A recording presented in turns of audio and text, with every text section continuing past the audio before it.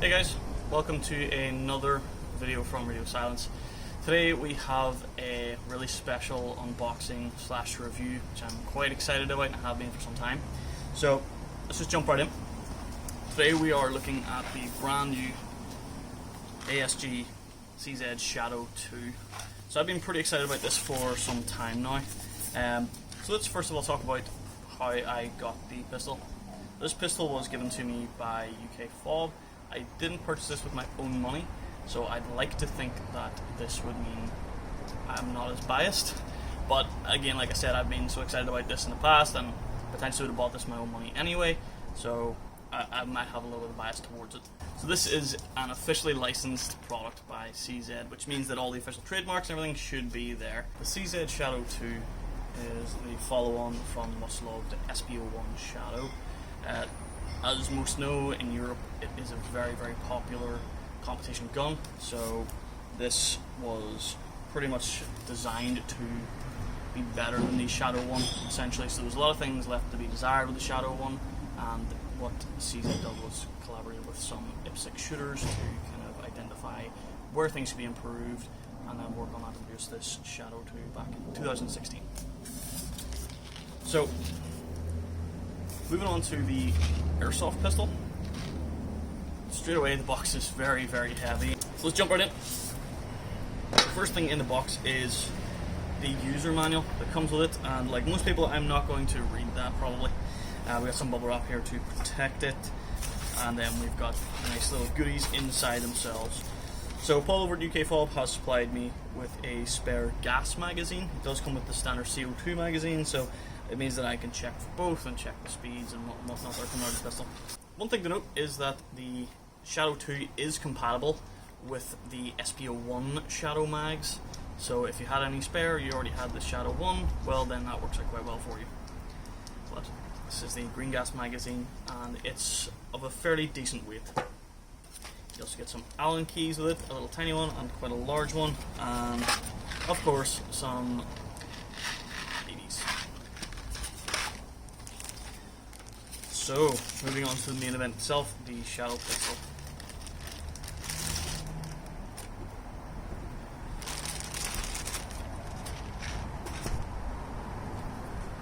So guys, like I said, feeling the box weight, this thing is pretty hefty, and straight away in the hands it feels absolutely delightful. So, the finish itself, let's talk about that first. On this, we don't have a pot metal, we actually have an anodized aluminium, which should hopefully result in a better finish and longer lasting finish. Serrations are very, very, very nice there. But that was one problem I had with the likes of the SP01 Shadow and the P09 made by ASG, was that the finish was very easy to wear down.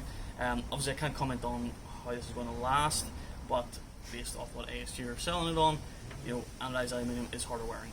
So moving on from the finish, up the top we've got a fiber optic sight. It is a little wiggly, but it is pinned in there, so that shouldn't really be going anywhere.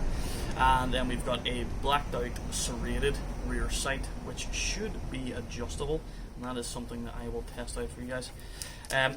The slide serrations are very, very deep, much like the real steel item, which makes it very easy to get a grip on. Because one gripe I did have about the SP01 Shadow and the P09 was that because of the design of the weapon, the slide is very short at the top, so getting a grip on it was always kind of tough. But this one's totally fine. The serrations are there, it makes it very, very easy to grip, so I quite like it. Moving down from there, we've got our hammer, which in this case is made of steel, I believe. So one of the main gripes with the P09 in the past was that the hammer was very, very easy to break, and it would just snap off and it would just stop the whole weapon from working. So they've, I believe, changed this to a steel or slightly stronger metal, which should hopefully prevent that issue in the future. But with the SP01 Shadow, that was never an issue. Moving on from there, we do have an ambidextrous safety. And on this side we also have our slide release, which unfortunately is not ambidextrous, but that is purely down to how this weapon was designed and how it is taken down. Like most CZ pistols, this is taken down by removing this little, if you check that little nub there, push that in, this will pop out and it will take the slide off.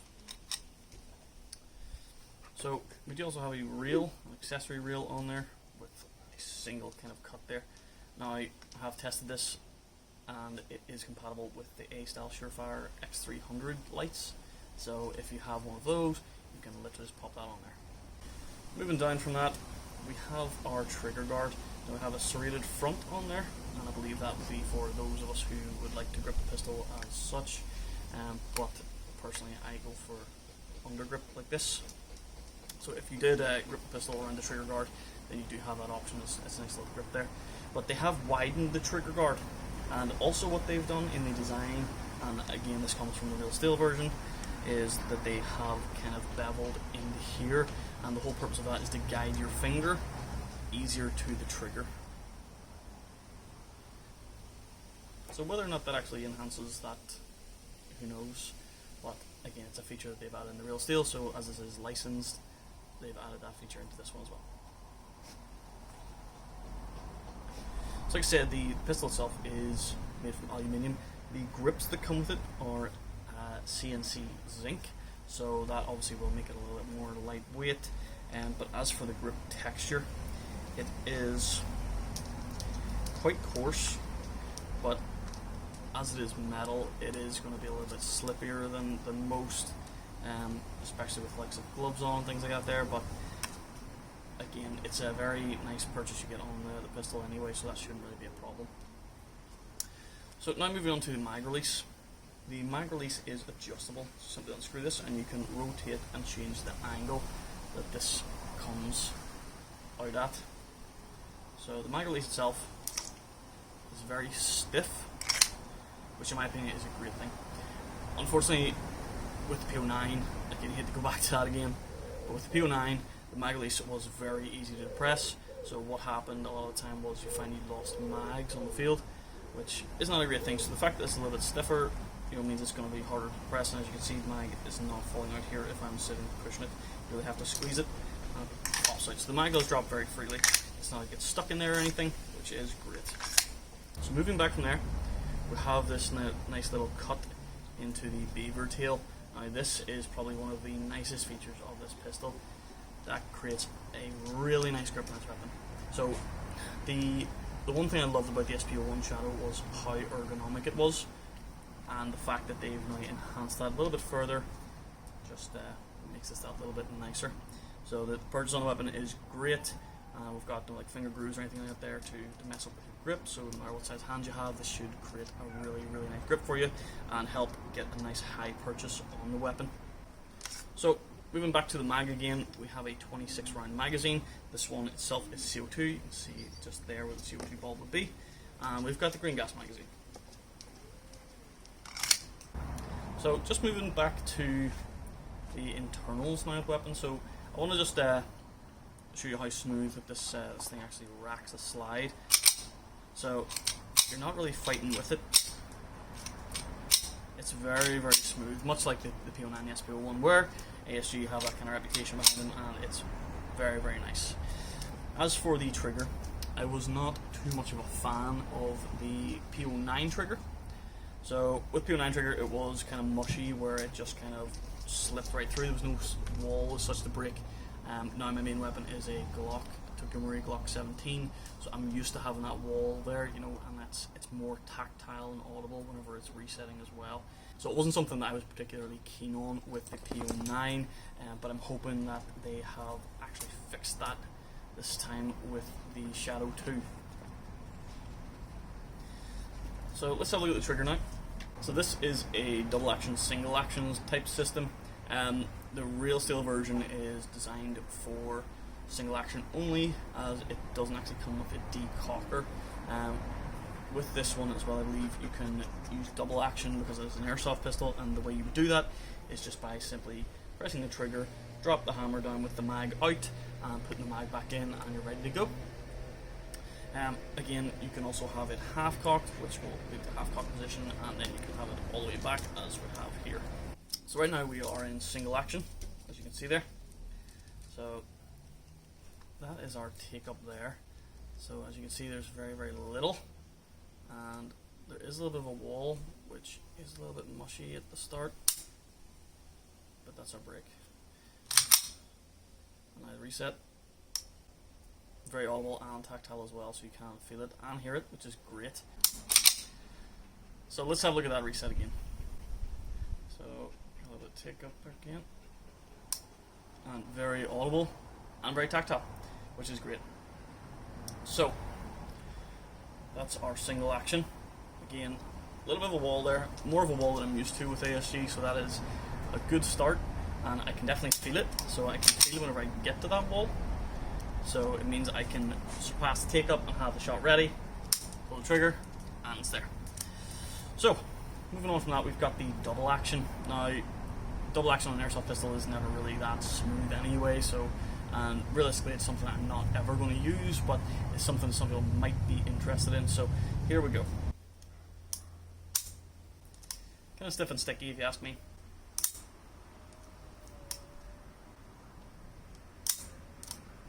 So not too much of a fan of the double action. Like I said, something I'll never use. But moving on from there, we also have a kind of half cocked action, which, there you go, that's your half cocked position. So you have a little bit more take up, and then just straight into like a single action type trigger. That's it. So the problem here is, if I can show you this, there's a slight wall there, and then it just clicks past that. There's something kind of sticking there. So it's not a smooth take up. You know, if you didn't know any better and you did that, you think, oh, there's the wall, and you pull it, and well, nothing happens. So that, I don't know if it's for this pit. I don't know if that is for this pistol in particular, or if it's just something that happens kind of among all of the shadows.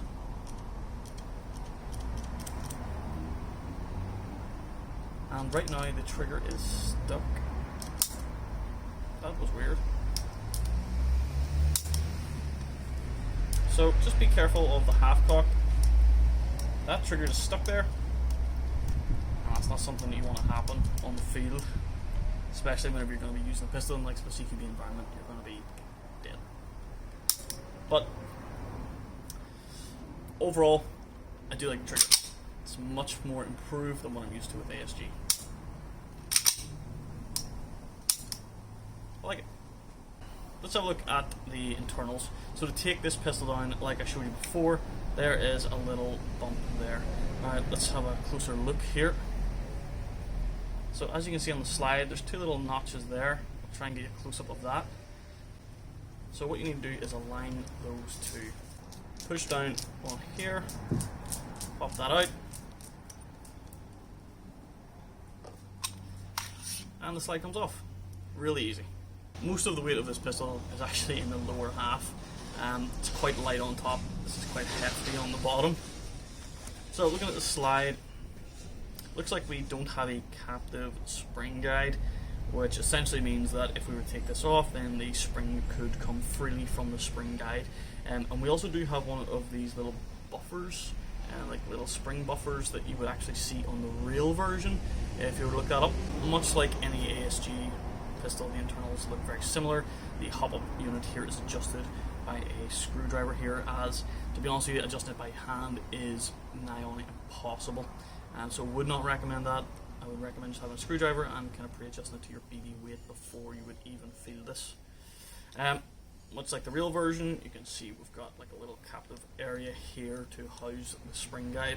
I believe that was used to just increase the front weight of the slide, so as it helps mitigate recoil on the real steel version. But overall, it looks very, very clean on the inside. And again, just to put this back together, just put the reels back in there, put it back together, pop this in, and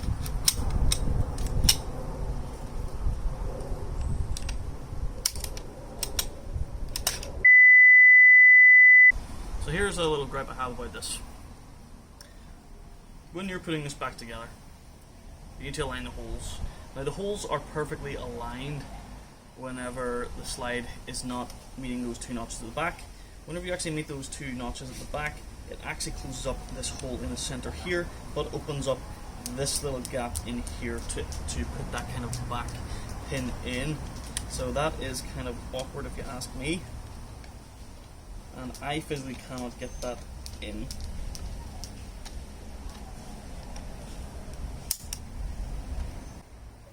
And that is actually because there's a little potential spring poking through there. Now that is not good. So that totally prevents me from putting this back together. So I'm sure that the intended purpose of that spring is to catch on this little notch there that you'll see. Now the unfortunate thing is that that spring pops way down. So I don't know if you can see that, but there's a little spring that's poking down through that hole, which is going to prevent the little rod from going the whole way through. So unfortunately we're going to have to use something to kind of pull that spring up a little bit to allow us to get that through.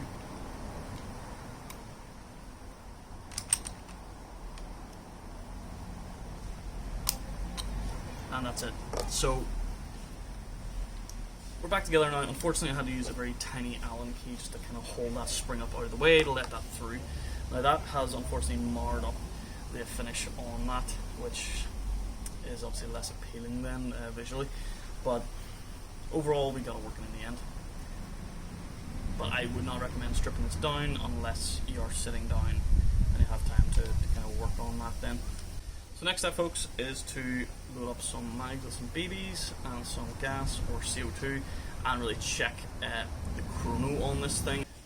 To get at the magazine base plate, you simply pull this down, which will lower that, and the base plate will just slide off. Drop this little cap off the bottom, put your CO2 bulb in there, pop that back, and tighten it up. So let's load up the green gas mag first of all. Chrono this bad boy. Okay, so we've got our chronograph set at 0.2 gram BBs, which is what we got in here. Let's give it a go. So the first shot was 347, which is very high. 318 for the second shot. 342 for the third shot. 342 again. Yeah, with the green gas on 0.2 gram BBs, this thing is hot for Ireland and Northern Ireland. So yeah, if you're going to order one of these, just please be careful of that and chrono it beforehand, or have your retailer chrono it on green gas. In the likes of this weather, I would not be allowed to take this onto a field, so that kind of sucks. Now it's time that we try these CO2 magazines instead. 332, 346, 342. So yeah, we're getting the same kind of power from both CO2 and green gas, which is unusual, but again that could be down to the temperature today. So again, it does advertise it as 1 joule. It is most certainly not 1 joule. Maybe in the colder temperatures you might suffer an FPS loss that might bring it down, but in this kind of weather, absolutely not. So the one thing I will say about this is, with both CO2 and the green gas magazines, this thing does have a really nice kick to it. Let's now talk about the price tag on this. So this is roughly about 150 to 160 pounds. That's UK money. So is it worth it? If you're an avid CZ fan, CZ fan, then very likely you will want this. It has great kick to it. For ourselves over in Ireland and Northern Ireland, maybe need to do a bit of modification to it to get that to the right level, because right now it's a little bit hot. But if you don't know, there is a way you can reduce it very easily, which is just by drilling a very small hole underneath the nozzle to help some of that gas release before it hits that BB. So a very simple modification to do with a very fine drill bit, and again you can drill as many holes as you need to get down to that kind of level that you need as well. One more thing I have noticed is the double action is the reset on it. Now obviously you're not really going to be dealing too much with double action reset whenever you're actually firing the thing, but yeah, if I pull this back, Just let it sit there. It's very mushy. It doesn't actually reset the whole way. You have to nudge it forward, and you hear that click, and then it's ready to go again. Just to look at the internals again, they have announced that this is Tokyo Marine compatible to some degree. Now what they're referring to is the hop-up rubbers. So that's pretty good. It means that I can use like a maple leaf bucking like I normally would, and I hopefully think that means that I will be able to put a crazy jet barrel in this. But I've asked ASG and still am waiting a response on that, so we'll see what they say. If I get a response, obviously I'll let you guys know. But I'm just going to go on the assumption that that could happen. So, one of the biggest gripes, like I said, for the PO9 was the hammer, but for the SBO1 Shadow was the slide release. So, the slide stop would wear down very, very quickly, which would mean that whenever the weapon actually did empty all its rounds, it would cycle as normal, and it wouldn't stop. So, on this one, they have made it adjustable. So the fact that it's adjustable means that you can counteract that problem. I'm assuming that they would have enhanced the material that the slide stop was made of anyway to prevent that, but the fact it's adjustable is fine, and I'm hoping that it will be a very easy to obtain replacement part if that becomes an issue in the future. So final thoughts on this. Yes, it is a premium handgun at the cost of about £160, and then the magazines cost them probably somewhere between £25 and £30 each. It is quite expensive, but there are more expensive guns out there. For the price, you're obviously getting a premium product, and I would happily pay it for this. Obviously, we've gone through the slight issues that we've encountered here. Not enough issues to warrant it not being worth the money. You know, maybe stripping it down and stuff might be a bit more hassle, but you know, you're not going to be stripping this thing down the middle of the field anyway, so it's not really a big deal. So, if you like the look of this and you want to pick one up, head over to ukfob.co.uk. You can get 5% off by using my discount code RS5, and you can also use that for anything else in the store. Guys, thanks for joining me today. I'll see you on the next one.